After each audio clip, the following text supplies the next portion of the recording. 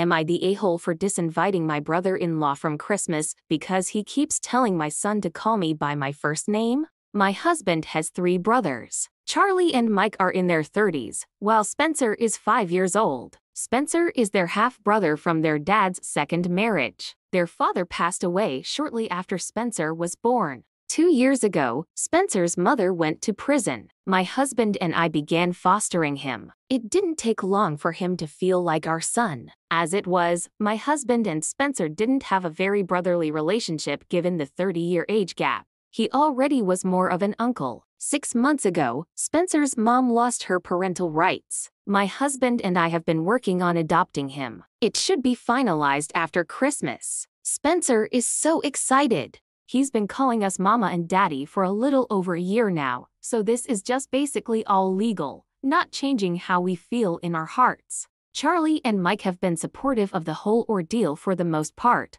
but we've faced a road bump recently. When Spencer began calling us mama and daddy, Charlie found it odd. He said that we weren't his parents. I said legally, yes we are. I said he doesn't have to be Uncle Charlie if he doesn't want to be, but we are raising him. Charlie says that we're erasing their dad from Spencer's life. I said no, we talk about him and Spencer's bio mom often. This won't be a secret. As it is, Spencer is brilliant and is aware that he only came to live with us 2 years ago. Mike and my husband have both told Charlie to let it go. I've noticed, however, that when talking to Spencer, he refers to me and my husband by our first names. Or he'll say, "Ask your brother," referring to my husband, or "Go show your sister-in-law" when referring to me. Spencer is confused because he knows my husband is his brother, but he doesn't look at him like that. We've tried talking to him about it, but Charlie claimed, "It's a force of habit."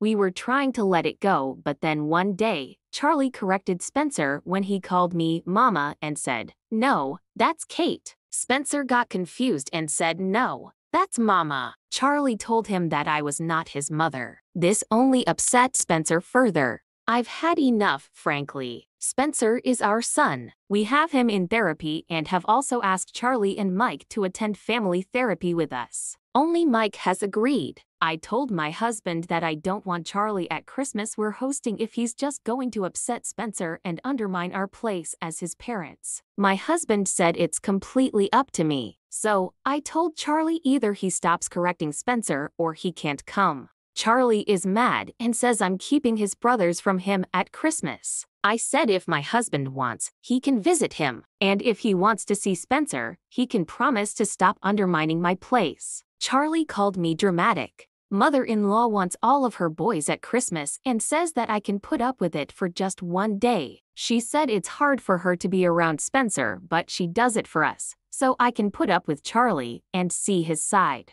Am I the a-hole?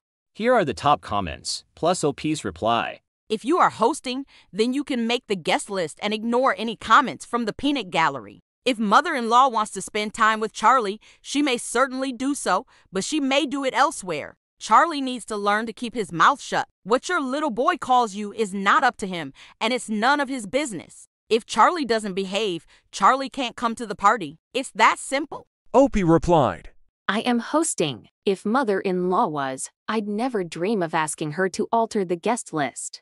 I'm glad someone saw that too. WTF, does she mean it's hard for her to be around him? That's a child, a little boy. Opie replied, I understand your point, but there is trauma involved there. Spencer was an affair baby for lack of a better term. So, while mother-in-law loves Spencer and wants to be in his world, she's sorting out her feelings in therapy.